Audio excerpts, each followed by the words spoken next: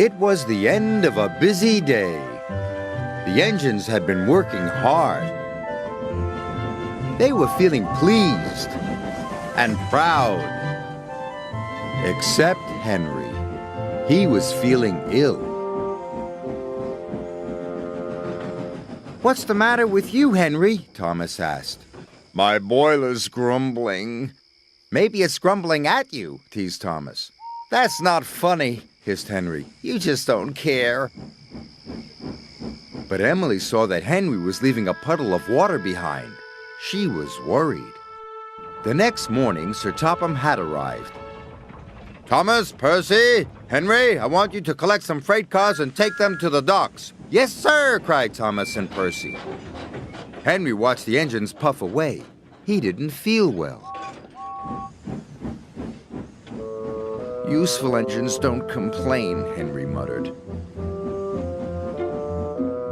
He was leaving water everywhere as he chuffed towards the coaling plant.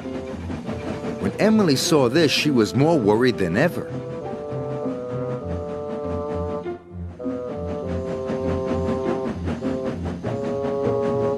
Then Thomas and Percy overtook Henry.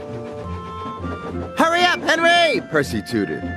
"I can't go any faster," Henry chuffed miserably. "You're just being lazy," teased Thomas. By the time Thomas and Percy reached the coaling plant, they had a naughty plan.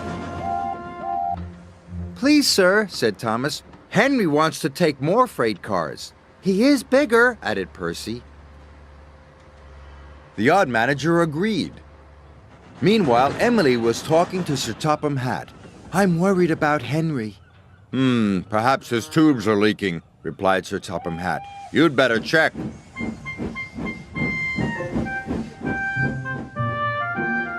By the time Henry reached the coaling plant, Thomas and Percy had already left. "Why did Thomas and Percy leave me so many freight cars?" moaned Henry. "They know I'm not feeling well." "We'll still have to take them," said his driver. Henry chuffed and puffed and pulled his long line of freight cars.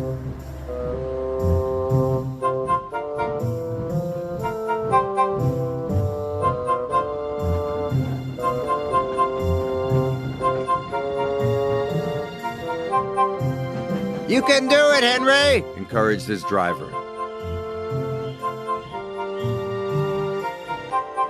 But it was no use. Henry ground to a halt. Just then Emily arrived.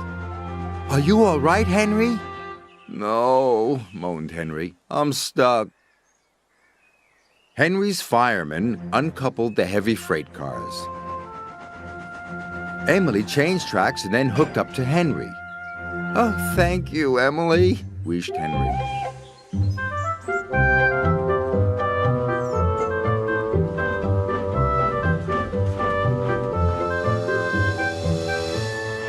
Emily and Henry puffed into the docks. "Well done, Emily," said Sir Topham Hatt. "Thank you, sir." Then he spoke to Henry. "You were brave, Henry. You weren't well, but you still tried to pull the heavy freight cars." Thomas and Percy felt ashamed. "We're sorry, Henry," said Thomas. "We didn't think you were really sick," added Percy.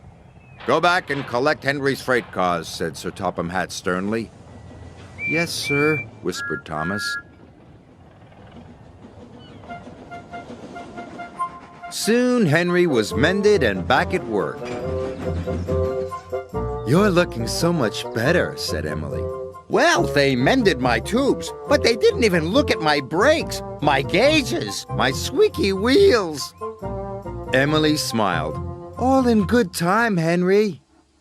Poor Henry.